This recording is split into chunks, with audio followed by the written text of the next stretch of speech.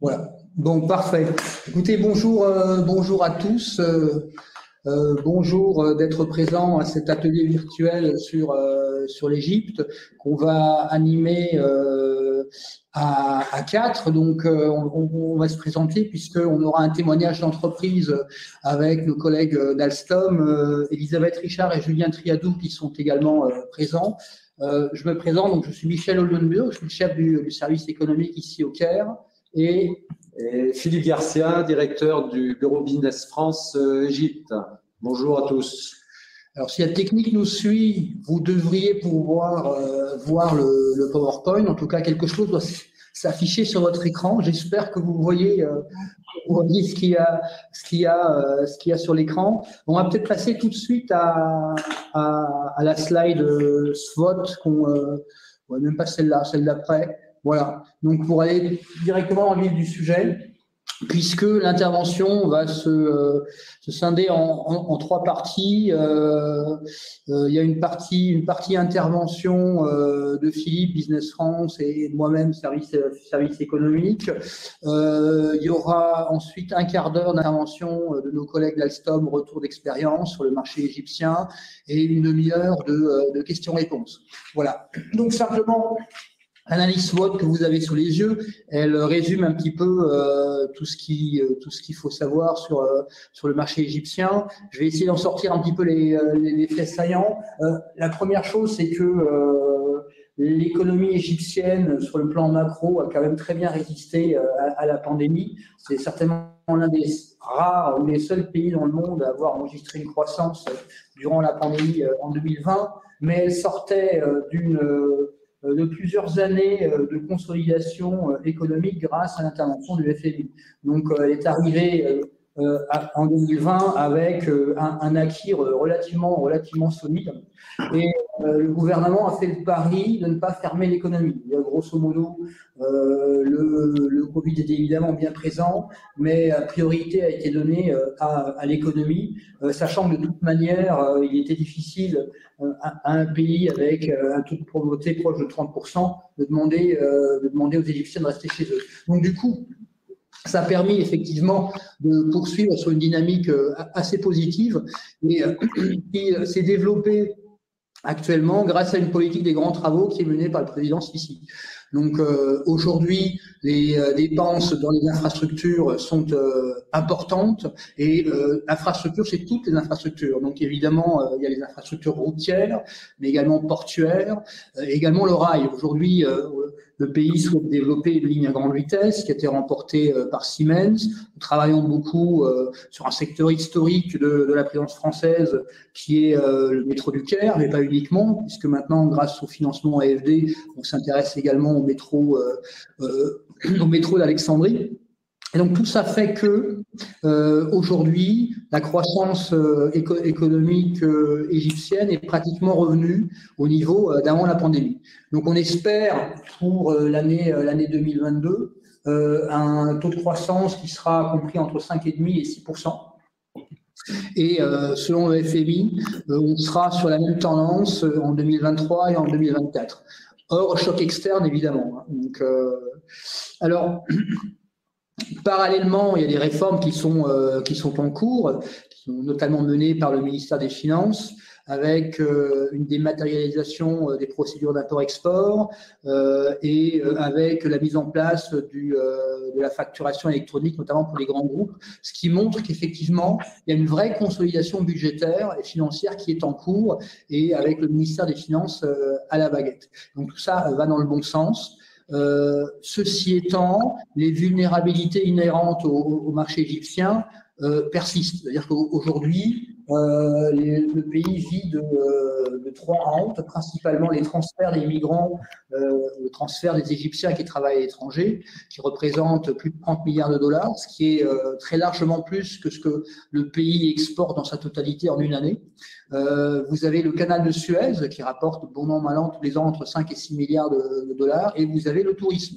Le tourisme où effectivement rapportait 13 milliards de dollars avant la pandémie, on est tombé à un peu moins de 2 milliards au pic de la pandémie. Et donc du coup, l'histoire est un petit peu écrite en ce qui concerne la macroéconomie égyptienne, c'est que s'il y a un choc externe demain, clairement, l'économie va s'en ressentir. Et donc, conscient de cet élément-là, conscient de cet élément-là, le gouvernement travaille à un programme assez conséquent, en tout cas facialement, d'augmentation des exportations égyptiennes et souhaite passer de 25 milliards d'exportations aujourd'hui à 100 milliards, mais dans un espace-temps qui aujourd'hui n'est pas connu. En tout cas, les faiblesses structurelles sont connues de l'exécutif et ils essayent d'y travailler. L'autre souci qui est plus microéconomique, et je pourrais également en dire deux mots, c'est que très clairement, l'environnement des affaires reste compliqué.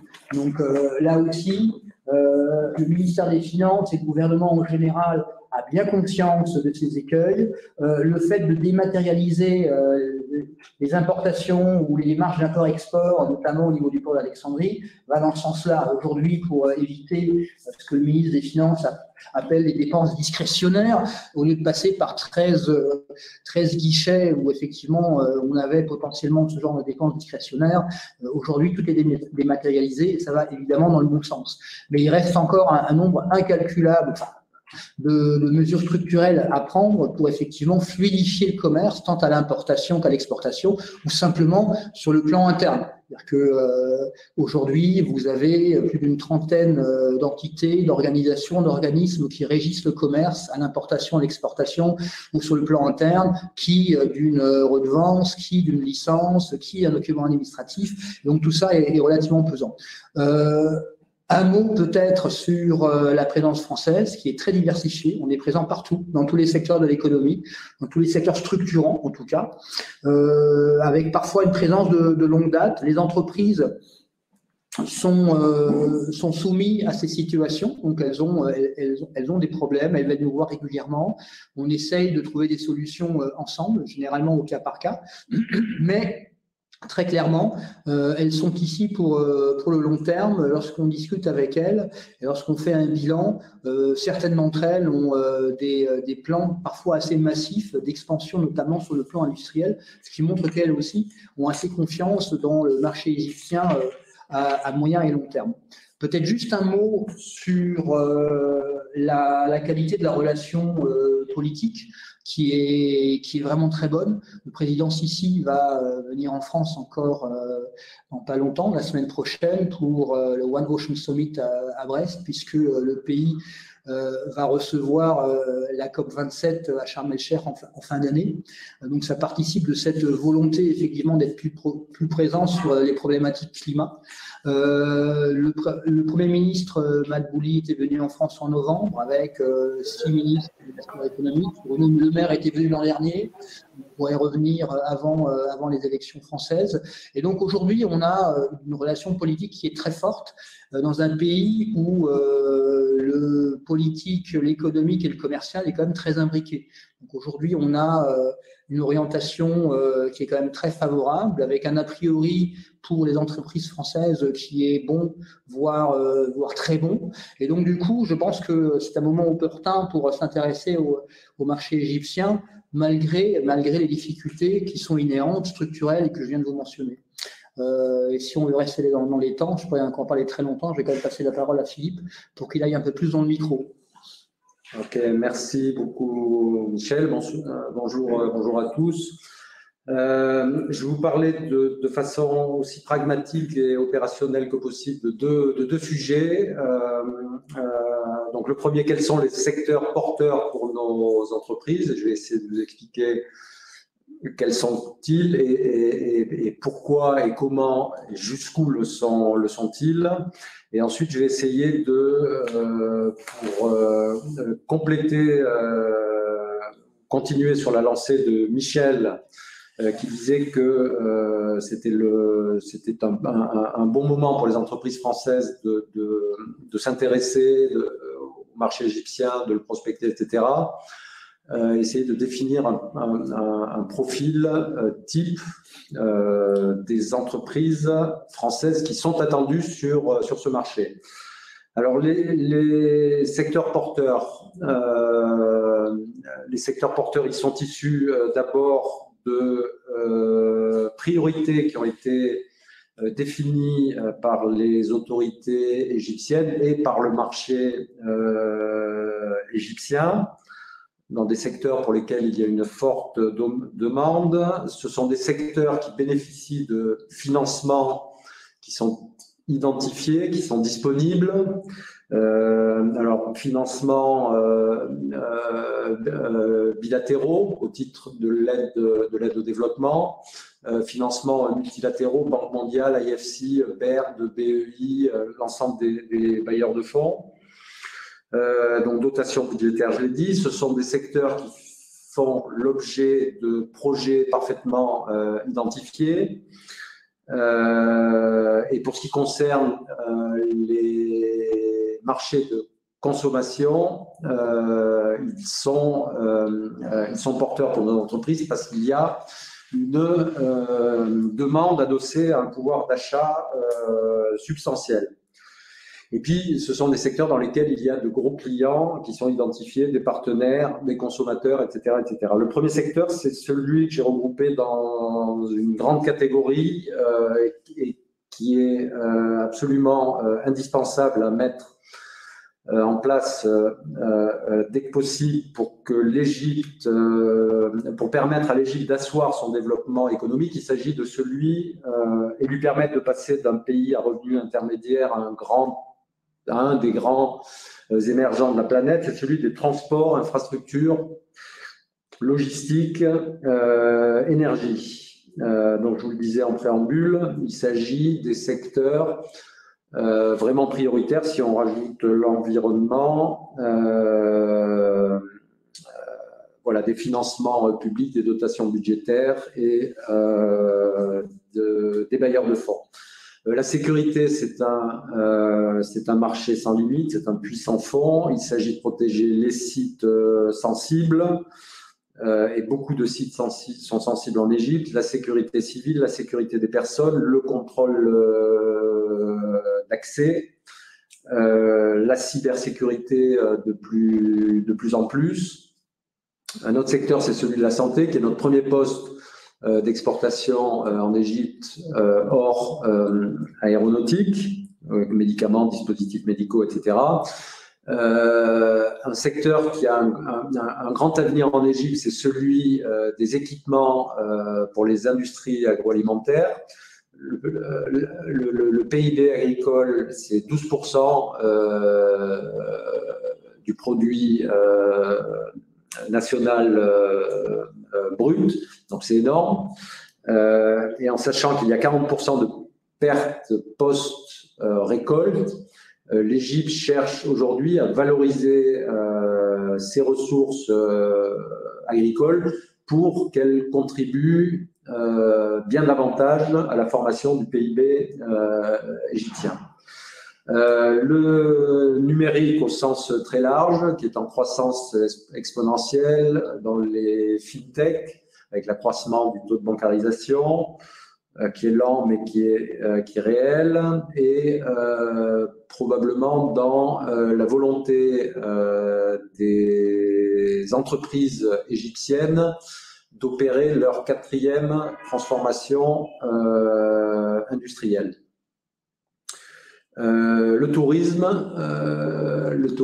donc, qui est une des 4 rentes de l'Égypte, qui a été malmenée en 2020, qui a retrouvé une croissance à 2 chiffres en 2021 et qui est appelé à être un des grands moteurs de l'économie, du développement économique de l'Égypte.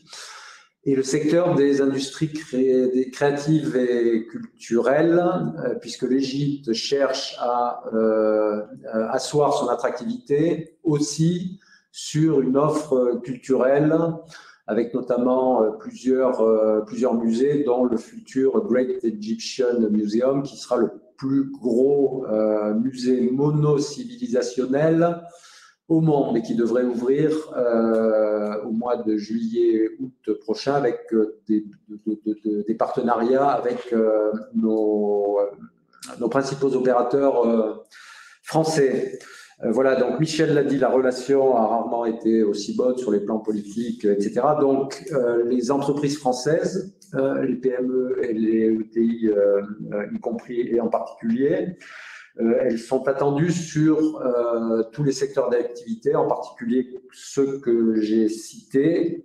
Si elles se distinguent par une valeur ajoutée dont le pays ne dispose pas, sur le plan technologique, scientifique, esthétique, sanitaire, culturel, etc.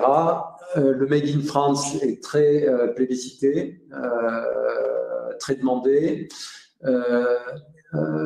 Et alors, donc j'ai écrit éviter de déclarer vos sites de production si vous en avez en Chine, parce que l'Égypte, de plus en plus, réduit ses importations en provenance de Chine, alors un peu sous la pression des États-Unis, et surtout parce qu'elle estime que ce qui est produit en Chine pourrait l'être en Égypte, dans un certain nombre de secteurs. Comment ? 2 minutes, ok. Voilà, jouer la carte partenariale. On est dans une culture des affaires très méditerranéenne où l'affect compte beaucoup. Donc, il s'agisse de partenariats commerciaux, industriels. Vous serez, si vous réussissez commercialement sur le marché, vous serez probablement, et pour autant que la nature de votre activité le permette, vous serez appelé à envisager une partie de votre production localisée en Égypte. L'Égypte mène actuellement une politique d'industrialisation par substitution aux importations pour valoriser ses ressources locales, humaines, agricoles, etc. On en a déjà parlé. Donc, il faut aussi se préparer à localiser même une partie minime de votre activité en Égypte. On a des parcours à vous proposer pour ça, on a des partenaires, on a des conseils, on a des mises en garde. C'est notre métier, celui de Michel et le mien. Voilà. Ensuite, l'importance du choix du partenaire, privé ou public, ça dépend largement de votre stratégie. Est-ce que vous êtes là sur le long terme? Auquel cas, il vaut mieux s'adresser à un partenaire privé. Sur le court terme, en revanche, il peut être intéressant pour vous d'avoir un partenaire public qui peut vous faire participer et mettre en position favorable sur des appels d'offres publics auxquels lui-même participe. Plus de détails dans des entretiens en tête-à-tête. Voilà, et puis je ne m'étendrai pas là-dessus, mais Michel en a parlé. Préparez-vous à un parcours administratif, bureaucratique assez lourd en termes de certification, homologation, dédouanement, conformité de tous vos sites de production à ce qu'attend le GOIC. Le GOIC est l'organisme égyptien qui régule le commerce extérieur du pays et qui a même vocation à conseiller le ministère de l'Industrie et du Commerce. Si le GOIC, qui voit tout passer, qui a un œil sur les importations et qui considère que dans certains secteurs, la France, par exemple, exporte trop de produits dont une partie pourrait être localisée, produite en Égypte. Voilà. Et puis, dernier point, et on le fait très régulièrement, au minimum de façon mensuelle, ça peut être hebdomadaire, ça peut être au cas par cas, on intervient auprès des autorités égyptiennes pour débloquer des situations lorsqu'il y a un malentendu ou une non-conformité d'un de vos documents qui nous est signalé par vos importateurs, vos agents, par vous-même ou par l'administration égyptienne. Je vous remercie. Merci Philippe. On est presque dans les temps. Donc, on va essayer, si la technique nous suit encore une fois, de passer la parole à Elisabeth et Julien pour le témoignage entreprise. Ben, voilà, Elisabeth a mis le micro d'elle-même, c'est parfait. Je pense que ça doit fonctionner. Elisabeth? Oui, merci. Vous m'entendez? Oui, très bien. Bonjour à toutes et à tous. Merci de nous avoir conviés à cet atelier. Donc, Julien Triadou, qui est responsable chez Alstom de l'Amérique du Nord et de l'Égypte, ainsi que moi-même responsable du département des financements de projets. Donc, nous représentons aujourd'hui le groupe Alstom. Alors, peut-être quelques mots sur le groupe Alstom. Donc, nous sommes une entreprise française qui intervient dans le domaine du ferroviaire. Nous avons un chiffre d'affaires de l'ordre de 14 milliards. Ce chiffre d'affaires a peu ou prou doublé suite à l'acquisition fin janvier 2021 du canadien Bombardier, donc la branche transport de Bombardier. Donc nous sommes présents dans plus de 70 pays avec quasiment 72 000 employés. Nous avons 17 sites en France avec 12 500 employés et on estime que nous générons de façon indirecte 30 000 emplois sur le territoire français auprès d'environ 4 500 fournisseurs. Dernier point également très important en termes de valeur ajoutée, 70% de la recherche et développement du groupe sont investis en France. Sur notre positionnement concurrentiel, grâce au rachat de Bombardier, donc il y a environ Bombardier Transport il y a environ un an, nous sommes le numéro 2 mondial, encadré, si je puis dire, par le premier RC, qui est notre concurrent chinois, qui fait un chiffre d'affaires de l'ordre d'un peu moins de 19 milliards. Et en troisième position, Siemens. Alors, Siemens Mobilité, le groupe, la branche Siemens dédiée au transport, qui fait un chiffre d'affaires d'environ 9 milliards d'euros. Peut-être un point aussi important, c'est le fait que Alstom est vraiment un acteur majeur dans le domaine de la mobilité durable. On peut dire que quasiment tous nos produits sont verts au regard de la taxonomie européenne, à l'exception évidemment des locomotives diesel qui ont tendance petit à petit à disparaître du marché, sauf peut-être dans certaines géographies. Et évidemment, à ce titre, on est très intéressé par les différentes initiatives qui ont été prises côté gouvernement français, et notamment l'initiative du bonus climatique qui nous semble être vraiment, d'abord la France a été vraiment très en avance sur ce point et ensuite a été imitée par d'autres agences de crédit export comme la compagnie ABC Bureau. Donc cela cadre parfaitement avec notre ADN vert. Voilà. Donc quelques mots d'introduction. Donc pour en venir à notre sujet d'aujourd'hui, donc le marché du ferroviaire en Égypte est extrêmement concurrentiel. Donc nous, Alstom, nous sommes un acteur du ferroviaire en Égypte depuis plus de 30 ans et nous sommes le partenaire historique de l'ANAT, donc l'acheteur public. L'ANAT est en charge donc de toutes les constructions, notamment de lignes de métro. Donc nous avons une relation de plusieurs décennies avec l'ANAT, mais depuis plus de 20 ans, nous étions de facto absents du marché du matériel roulant, à cause notamment d'une forte concurrence sur les prix via les constructeurs asiatiques, notamment Rotem en Corée du Sud et Mitsubishi au Japon. Voilà.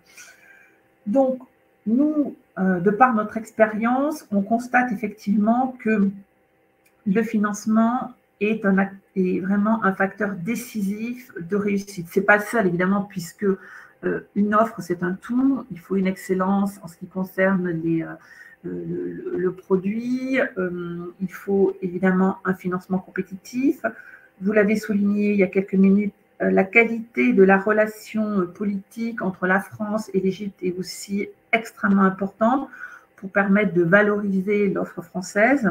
Donc, dans ce cadre-là, pouvoir ancrer un contrat, un projet dans le cadre d'une négociation comme on dit, de gouvernement à gouvernement est capital pour faire avancer nos projets. Sur le facteur financement, secteur où nous intervenons au quotidien avec Julien, et en accord avec donc la DGT et aussi les équipes en Égypte que nous remercions pour leur soutien vraiment très, très précieux au quotidien.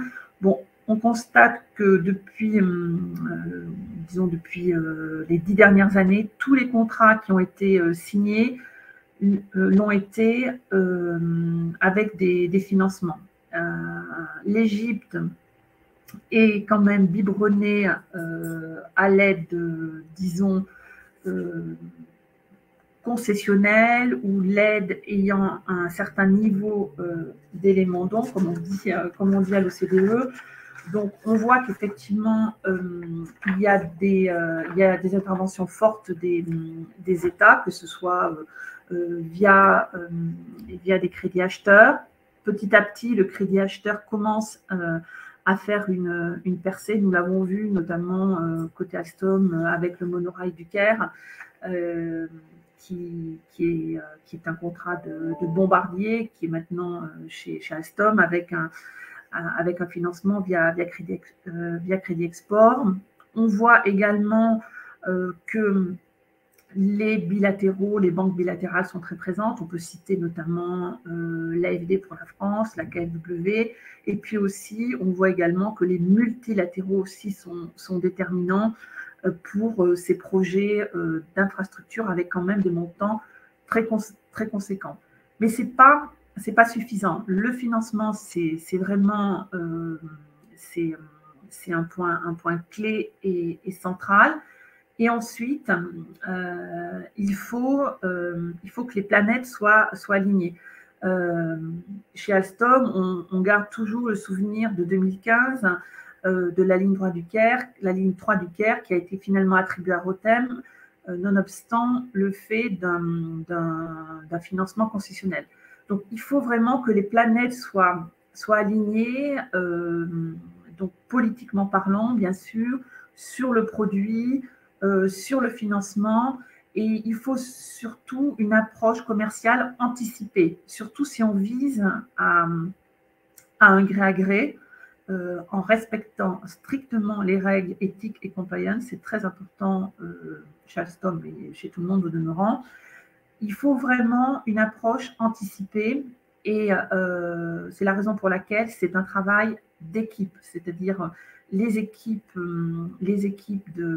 au cas particulier, les équipes de la DGT au sens large, et une certaine souplesse, puisque le dernier paramètre qu'on doit inclure dans nos réflexions, c'est la localisation. Vous en avez dit quelques mots. Vous ne pouvez pas faire du business en Égypte si vous n'êtes pas capable d'amener dans votre escarcelle une partie de localisation. Alors, c'est parfois un exercice de haute voltige, parce que qui dit financement d'État, ça implique financement export, ça implique généralement une forte part export, mais l'expérience, en tout cas chez Alstom, a prouvé qu'on arrivait à concilier les deux, à savoir une forte part export et française et une localisation. Donc voilà ce que je pouvais dire en quelques mots sur l'environnement concurrentiel et notre retour sur le marché du matériel roulant. en Égypte depuis quelques mois, puisque nous avons signé au mois de novembre un gros contrat. Donc, je vais passer la parole à Julien qui va vous parler plus avant de ce fameux contrat de la ligne 1 du métro du Caire pour lequel nous avons travaillé quotidiennement avec des équipes DGT, des équipes au Caire. Voilà. Julien, je te passe la parole. Merci Elisabeth. Vous m'entendez bien? Très bien. D'accord. Alors effectivement, comme le disait Elisabeth, nous avons signé au mois de novembre dernier avec la NAT un gros contrat pour la fourniture de 55 nouveaux trains pour la ligne 1 du métro du Caire. Comme le précisait Elisabeth, bon, c'est une négociation qu'on a initiée suite à cet appel d'offres sur la ligne 3 que nous n'avons pas remporté, et ce dès 2018, donc pratiquement 3 ans avant. D'abord, nous avions identifié que cette flotte était vieillissante. Bon, une grande majorité des trains avaient été fournis par Alstom à la fin des années 80, une autre partie par des Japonais au début des années 90, et que cette flotte-là ne répondait plus aux besoins de capacité et de qualité de service de la NAT, et que, je dirais même le trafic n'était pas au niveau de la configuration de la ligne. Donc c'était un besoin relativement urgent. Et donc, et ensuite qui s'inscrivait par ailleurs dans le cadre d'un projet plus global de modernisation de la ligne, donc de son infrastructure et de sa signalisation, qui lui est un projet indépendant, qui est cofinancé par l'Agence française de développement, la Banque européenne d'investissement et la Banque européenne de reconstruction et de développement, et qui fait actuellement l'objet d'un appel d'offres international. Donc, on a vu que le contexte était favorable à ce qu'on fasse une approche directe en gré à gré auprès de la NAT, et on a commencé par initier les 2 premières années, surtout des échanges techniques avec les équipes, les services techniques de la NAT, pour pouvoir définir quelle serait la configuration optimale et le produit le plus adapté pour répondre aux besoins de la ligne, compte tenu de sa future modernisation et compte tenu de son trafic actuel et de ses futurs besoins de trafic. Suite à ces 2 premières années d'échange, Alstom a effectivement fait un partenariat, enfin en partenariat avec l'État français, a bénéficié de son fort soutien pour ancrer les discussions dans un cadre de négociation de gouvernement à gouvernement. Donc ça a été un travail d'équipe qui a été initié dès 2020, avec un très fort engagement de la Direction générale du Trésor, du service économique de l'ambassade de France en Égypte, de BPI Assurance Export, qui nous a permis d'évoluer vers une proposition commerciale et une proposition de financement qui a été très compétitive et a permis de remporter le contrat. C'est un projet qui a également un enjeu majeur pour les sites français. Donc le principal site impliqué, c'est le site de Valenciennes où nous fabriquons des métros, mais il y a également de nombreux autres sites, le Creusot, pour les bogies Tarbes, Ornans, qui sont impliqués. Et surtout, c'était un premier contrat qu'il était indispensable de remporter si Alstom voulait revenir sur ce marché du métro, du matériel roulant de métro en Égypte. Comme Elisabeth l'avait souligné, on en était absent depuis plus de 20 ans. La grande majorité des projets, donc le matériel roulant de la ligne 2 et de la ligne 3, et récemment la ligne 4 avait été remportée par des constructeurs japonais et coréens. Et pour des raisons également je dirais, d'économie d'échelle, Alstom n'arrivait pas à être suffisamment compétitif, particulièrement dans le cadre d'appels d'offres internationaux, pour pouvoir remporter ces marchés. Et donc ce fort soutien sur le positionnement de la négociation dans le cadre de négociation de gouvernement à gouvernement et la qualité de l'offre de financement a permis à Alstom de remporter le marché. Et ce qui, c'est également un point très important, va permettre d'ouvrir la possibilité de remporter d'autres opportunités sur ce marché du métro. Alors que ce soit en gré à gré, il y a effectivement un projet en cours de discussion, ou dans le cadre d'appels d'offres internationaux. Michel, vous avez évoqué le métro d'Aboukir qui est cofinancé par la Banque européenne d'investissement et l'Agence française de développement. C'est un projet qui fera l'objet d'un appel d'offres, enfin qui fait l'objet d'un appel d'offres international.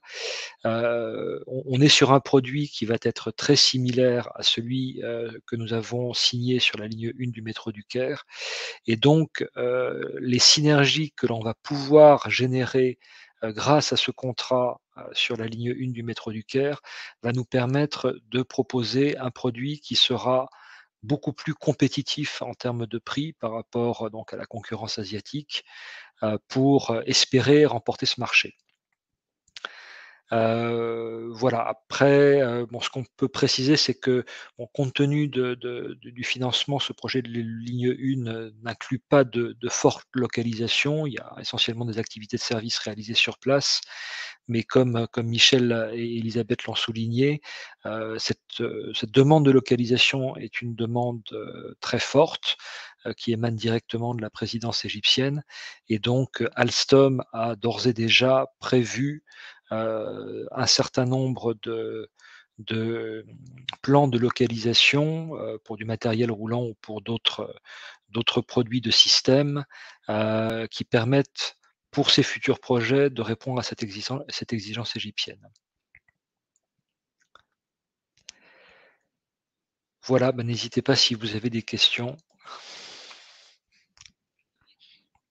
Hop, merci beaucoup Julien. Donc on en a terminé avec la session de présentation. Donc effectivement, comme vous le mentionniez, Julien, on va peut-être passer à la session des questions-réponses. Il nous reste un quart d'heure, 20 minutes. On va peut-être commencer par les questions qui sont sur le chat et la rubrique questions-réponses, pour ensuite prendre des questions directement oralement. Alors, on a une question où effectivement on nous demande en quoi consistent les conditions resserrées sur la PFE 2022 sur l'Égypte. Le sujet, c'est qu'effectivement le ministre Bruno Le Maire est arrivé ou a signé en juin dernier un accord intergouvernemental avec les autorités égyptiennes pour un peu plus de 3,5 milliards de financement, et ça uniquement pour le volet civil. On a également, comme vous le savez tous, vendu un certain nombre de rafales aux autorités égyptiennes qui là aussi ont fait l'objet d'un financement français, ce qui fait que l'exposition financière de la France sur l'Égypte est aujourd'hui relativement élevée. C'est dans ce cadre-là qu'effectivement, je pense qu'on sera un peu plus sélectif dans les projets qu'on va soutenir financièrement, sachant que l'ensemble des outils que vous connaissez restent totalement disponibles. Une question de la société Abim qui nous demande si les infrastructures portuaires entrent dans le premier axe de priorité et quelles sont les portes d'entrée. Oui, totalement, puisque les infrastructures portuaires tombent sont sous le périmètre du ministre des Transports, qui est un ministre qui est extrêmement actif, qui est un général, donc c'est le Kamel El Wazir, et qui avance au pas de charge sur tous les projets qu'il souhaite mener à bien. Et donc il y a le rail évidemment, mais il y a également toute la partie portuaire avec le port d'Alexandrie, où CMA-CGM a signé récemment un accord de JV avec un acteur local. C'est le premier accord en ce genre qui a été signé en Égypte pour la mise en œuvre, la construction et l'opération un apport multimodal. Et il y a des projets, effectivement, d'expansion, de rénovation d'un certain nombre de ports tout le long, notamment de la mer Rouge, à Safaga, à Ensorna, qui rentre dans un plan de développement d'une zone économique spéciale. Alors, les points d'entrée, ils sont plusieurs, soit directement avec les acteurs qui sont en charge du développement de ces ports. Vous avez l'autorité du canal de Suez, vous avez, comme je le mentionnais, le port d'Alexandrie, les autorités du port de Safaga ou des ports qui sont en voie d'être rénovés, étendus ou créés, puisqu'il y a des ports qui sont également en création, ou directement via le ministère des Transports. Et j'ajoute sur ce que tu as dit que la Suez Canal Authority, donc la société d'exploitation de l'activité du canal, mène en ce moment actuellement un projet pour connecter toutes les infrastructures,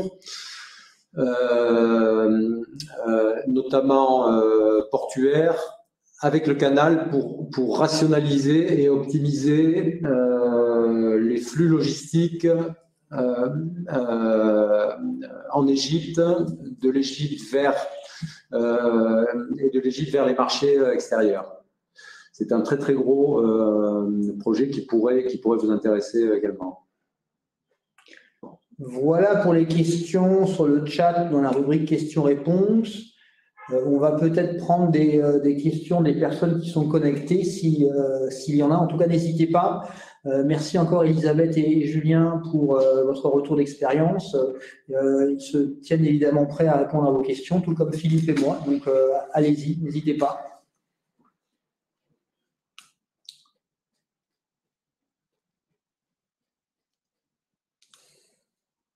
Non, pas plus de questions, ni sur le chat, ni sur les questions-réponses. Très bien, donc je pense qu'on va clore cet atelier Égypte. Ah, il y a des questions. Des éléments concernant d'autres pays. Et sur quel sujet? Quel pays et quel sujet? Philippe a un rôle régional sur toute la partie un peu plus bien de conso. Donc, en fonction des pays et du type de produit ou de service, il pourrait vous répondre. Moi, je n'interviens que sur l'Égypte. Ça suffit à m'appeler d'ailleurs.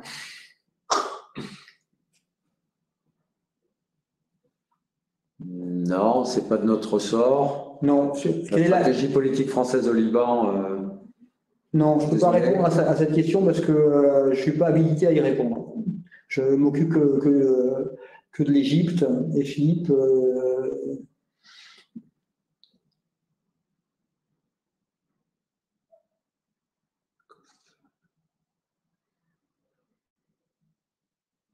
Oui, c'est vrai.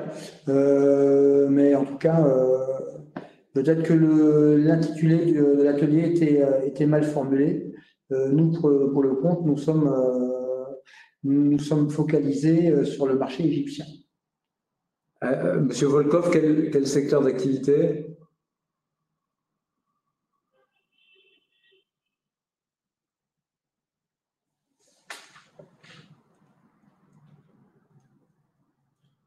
Ah. Enfin, le marché égyptien, vous le connaissez puisque vous travaillez, en tout cas, nous travaillons avec vos équipes ici sur pas de souci pour le micro, sur un projet que vous connaissez bien. Donc, je peux comprendre qu'effectivement, le marché égyptien n'a plus de secret pour vous, mais je suis désolé, je ne pourrais pas intervenir sur les autres marchés de la zone. Par contre, on pourra relayer en fonction des marchés cibles que vous avez, on pourra relayer éventuellement vos questions aux collègues.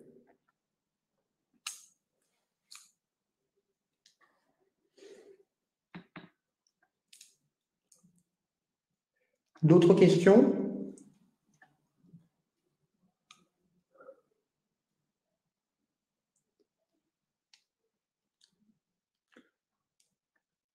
Regarde dans le chat éventuellement, questions-réponses. Non. Non. On en reste là du coup. J'espère que l'Égypte, même seule à être traitée, vous aura intéressé, donné envie d'y travailler ou d'y travailler davantage. Mais donc effectivement, ceux qui s'attendaient à un atelier qui couvrirait d'autres pays du Moyen-Orient, nous sommes suffisamment organisés en région pour répondre aux questions que vous pourriez avoir sur l'ensemble des autres pays de la zone. Donc surtout, n'hésitez pas. On fera les relais, il n'y a aucun souci, vous pouvez compter sur nous. Très bien, mais il ne me reste plus qu'à remercier tous les participants, plus particulièrement Elisabeth et Julien pour leur retour d'expérience. Merci de nous avoir invités. Merci. Avec grand plaisir à tous les deux. Et merci à tous les participants. Et je vous souhaite à tous une très bonne fin de journée. Au revoir. Merci. Au revoir. Bonne journée, au revoir.